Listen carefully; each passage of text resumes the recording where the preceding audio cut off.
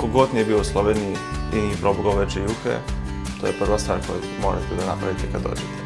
Znači, što trebamo za odličnu goveđu juhu je govedina, trebat ćemo goveđi rep, goveđa rebra i bočnik. To je ono što najbolje ide u goveđu juhu, ali možete i staviti goveđa kosti i koji god drugi dio govedine, samo ovo se meni čini da je najbolje za juhu. Znači, uz to ide celer, peršun, ide mrkva, žuta mrkva i luk. I obavezno morate staviti hladnu vodu.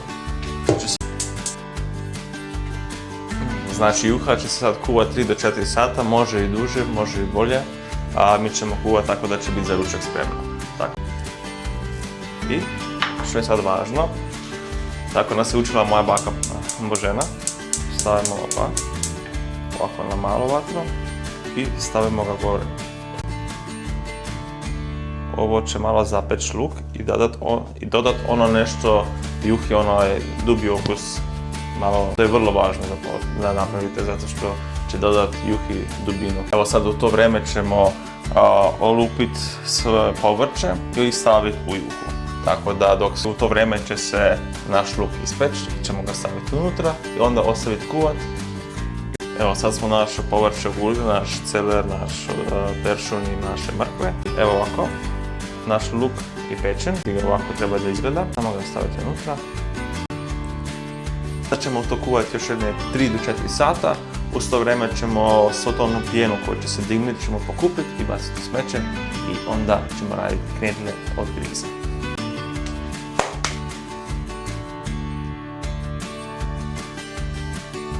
Evo ljudi, vidite ovo. Ajme mile, buki moj, ovo će biti the best.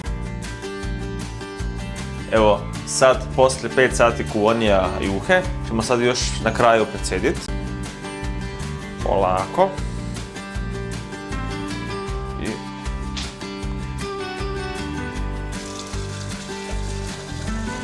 da nemamo ovih velikih komadića, ovako. Evo, super. Možemo.